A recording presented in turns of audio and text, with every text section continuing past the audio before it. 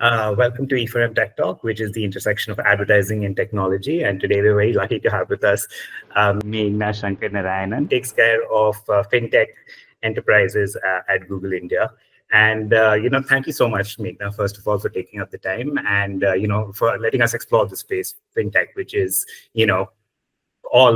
lots of us can talk about. Absolutely. No, it's a pleasure to be here. I've seen so many of your, tech talks. So to see myself being in one is definitely an opportunity I'm looking forward to. I'm really keen to talk about the insurance space too. Yes, absolutely. And, of course, I have some questions, but is there anything that you would want to highlight before we begin this conversation? Because I heard you have like a lot of insights. So I want to get to all of them, so that we can check anything out. Sure. So I think let me start this by flipping it and, kind of asking you if you have life insurance. I have medical and auto insurance, no, not life yet. Got it. And if I could pick your brains and ask you, if you have considered life insurance till date? I absolutely have. In fact, I am trying to figure out a policy of late, as we get older, so to speak. Got it. No, so the reason I asked this is, just to set the lay of the land. See, India's a underpenetrated category when it comes to insurance, right? So we actually hit our peak during COVID. Not surprising. The rest of the world did it as well. So at that point, the penetration was about 4.2%. But last year, the published figures are about 3.7%. Now, the global average is about 7%. Right. And when we are looking at developed countries, they're at 11 to 12%. Okay. So, yeah. So I feel still below the average itself. Okay. Yeah. So I think that, and it's such a core category that, it's emotional. It's about your livelihood. It's about your family members that I feel everybody in the ecosystem really needs to come together and solve for it. So, that's a little bit about, why insurance is perhaps different. And, as you mentioned, we are sort of quite below the average itself.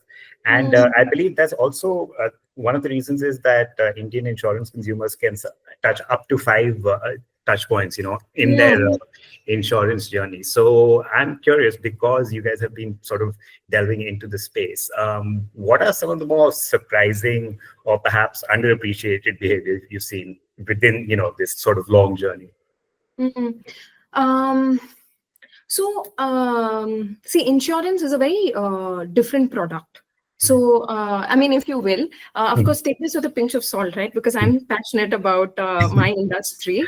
But when you typically make a purchase, there is a kind of gratification that you get from it.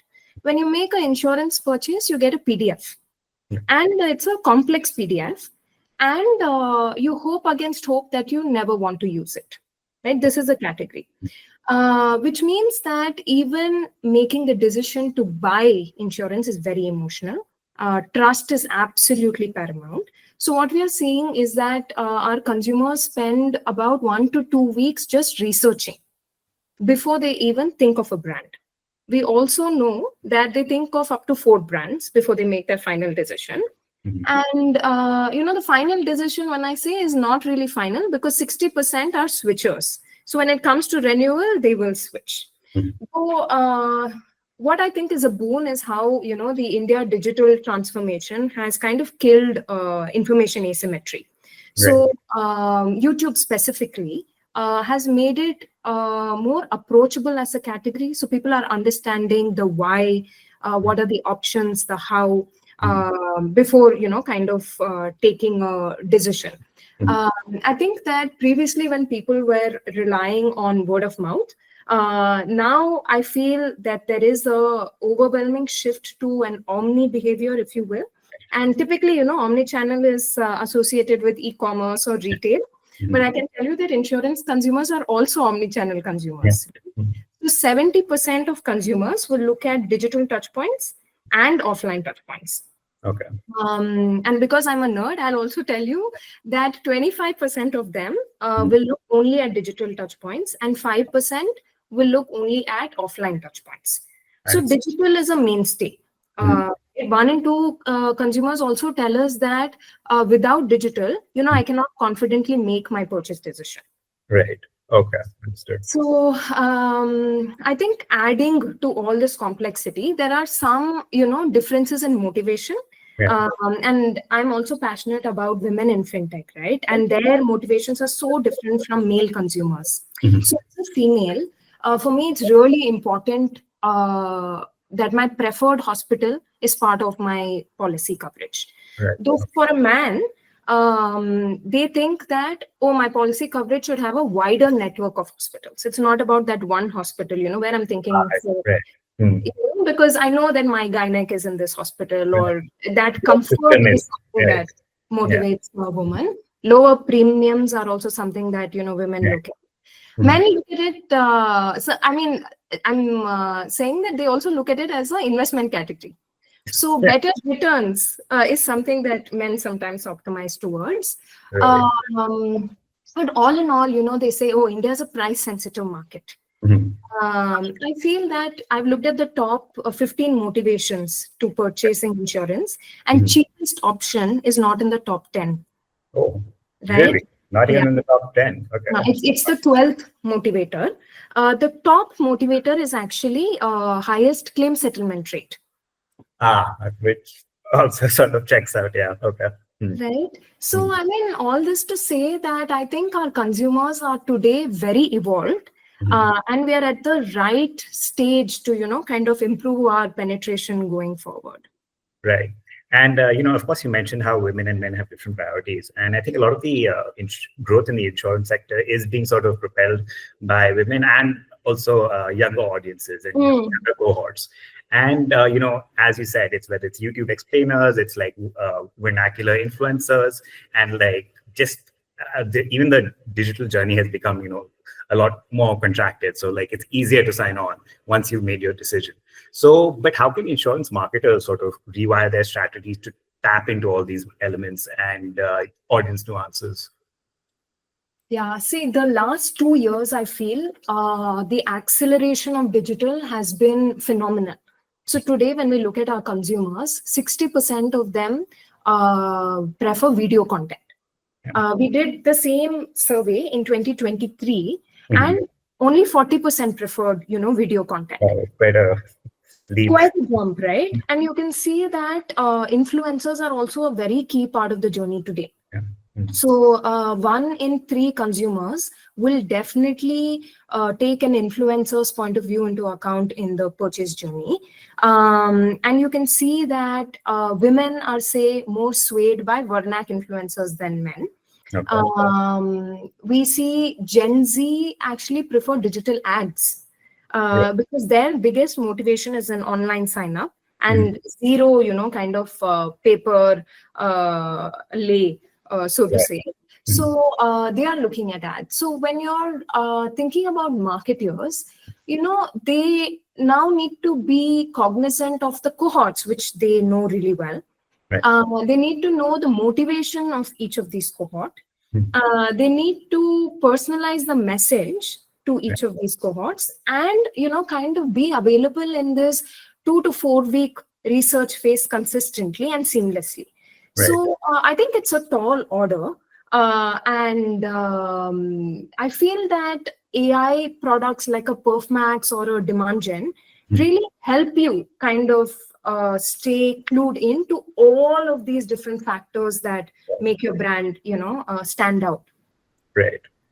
And I mean, of course, Google is essential to a lot of these digital efforts. I mean, not least because of search and YouTube, which is the second largest search engine in the world.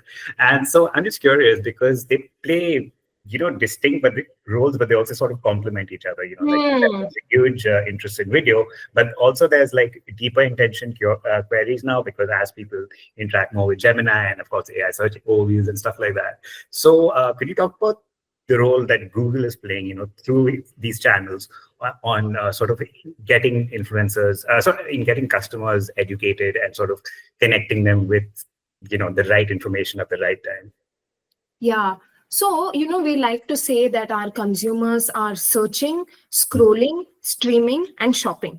Right. And they do this on Google search and YouTube. But how do I bring this alive for you? Let me give you a sense of search behavior. So focusing on lower funnel, high intent searches in insurance category, say payments. We have our consumers querying for HDFC life insurance premium. This is something that you will see on Google search. And sister searches on YouTube will be mobile mein premium kaise bhare, or SBI life insurance premium, how to pay. Right. I'll give you one more example, which is maybe in the consideration mid funnel, where you're trying to do your research. Right. On Google search, you will find queries like LIC premium calculator. Right. And on YouTube, you will find queries like SBI life insurance policies in Telugu. So we do see, a strong vernac tilt that happens. And it is a no-brainer. Like our consumers definitely go to YouTube for education. 84% of viewers say that they go to YouTube for education. And, this number is not very different for Gen Z. About 81% of our Gen Z go to YouTube for education and understanding the nuances of insurance. So our consumers, ping pong between search and YouTube. Typically, if I have to create a journey for you, say, Shantanu, you don't have life insurance, right? I encourage you to get it. But without this conversation, another consumer like you will be provoked only by a personal incident or an incident that happens, in their family, friend circle, or when they are watching some content that sparks this idea, right? So that happens on YouTube. Then on search, they'll come and figure out, okay, what are the brands? What are the options available? The options are not simple. So they will go back and, kind of understand in depth these options. They will use price comparison websites. They'll go to aggregators, policy comparison. And I mean, personally, I also use Gemini because, if it's a long document, it's easy for me to upload it into my notebook element, ask questions and understand it. And I mean, search is our hero product, right? At the end of the day, they will come back and make a transaction. It's sort of the nexus of where everything sort of branches out from. No, and it's quite interesting. I also ping pong mostly between search, Gemini, and YouTube throughout my days. My YouTube habits sort of concern me sometimes because I have stats for nerds, and I'm like, but and then of course I have to have arguments with Gemini about which Lord of the Rings character could take on another, so on and so forth. Sorry, very off the record, but yes, I needed to talk about my YouTube problem. No, that's really cool that you have a back and forth with Gemini as well. Yeah, of course. We get quite heated in our arguments sometimes. But, like you just sort of illustrated, that there's so many channels within the Google ecosystem, whether it's YouTube, Search, Gemini, and of course, Notebook LLM. So audiences have sort of access to all of these. But from the other side, advertisers also have, access to a huge suite of tools, whether it's Performance Max, Connected TV ads, YouTube Select, so on and so forth. So could you now walk us through how a brand would activate an always on campaign using all of these products and tools? So, search has been mainstay for all our advertisers. The highest intent, the best conversion rates, most efficient channel. So search is unquestionably always on. Though I would say, Shantanu, today, my clients at least are realizing the importance of the app ecosystem. You are able to upsell, talk about subcategories. So it's not just life health, there is motor, there is travel, and other subcategories that you can more seamlessly talk to them within the app ecosystem. And so they also run the universal app campaign, which is the star, I would say, acquisition product in the market today, if you will, which is also an always on. Now, our web-first advertisers need an equivalent, right? Because so far their strategy has been search always on. And the answer to that today is more and more Performance Max or search and demand gen. So Right. then you're kind of bringing in all of what we spoke about, the research behavior on YouTube and things like that. I think today brands don't run an awareness, brand love, trust building campaign through the year, Right. but they are always on during seasonality. So Yeah. say Jan, Feb, March, when we close our accounts for the year, Yeah. they will definitely be, live on YouTube Right. and TV. And then when you file your returns, it's like another subtle reminder that, oh, this is also something that you should think about. So then even in the July, August, September quarter, they run brand campaigns. So that's typically how, our advertisers think of their spends. Okay. And I mean, surprisingly, we didn't mention the word artificial intelligence till. We, of course, spoke about Gemini and everything, but I'm like, oh man, like we haven't signed off on our KRAs. But I'm just curious because, of course, AI has been embedded into from day one, but I think the public awareness of that has really grown now, interacting with Gemini and so on and so forth. And so, now that marketers are also aware, that the audiences are aware, so what kind of personalization and performance lift are marketers seeing, especially when you're targeting diverse cohorts across languages, geographies, and product categories? So, see, our Google products have been AI first for a while now, right? Though our capabilities are changing, I would say so quickly that the word that comes to my mind is a flywheel, right? Because the recent announcements in AI, if you see, are all around creatives. Yeah. So, and when you're talking about AI generated creatives, typically the topics are cost of production, speed to market, personalization. Right. But, a personalized creative has such a great impact on conversion rates. And then when you combine this with our bidding algorithms, then you add our AI products that, seamlessly decide which inventory to send, which creative to appeal best to which consumer, you have a winning formula, right? So when I'm in a room with my clients, they will often give me a conflicting business objective, right? They'll say, boss, bring me maximum leads possible, but also give me best quality leads. Of course. And today, more and more, we are so confident with our, AI product suite that we can deliver both. Okay. So we thought it's a balance, but we are able to figure that out and deliver on the number of leads and the quality of lead, kind of asks that our customers have. And I'll give you examples here, right? Policy Bazaar, which is one of my clients, they wanted to go beyond search. And as usual, they said you have to balance scale and efficiency. So we tried out Perfmax. They were, in fact, I think one of the first advertisers in India to try out Perfmax.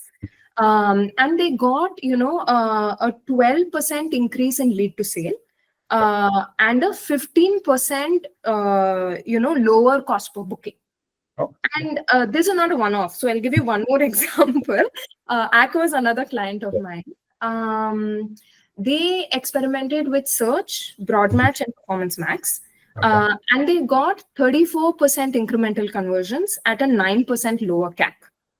Right. So I feel that today, Perfmax and Demand Gen have more or less established their space in a marketer's kitty. And I'm also really excited about what next. Our GML announcements have just gone live globally. In India, they'll go live within the month or so. We're already thinking about the future. That would be so kind. Thank you so much.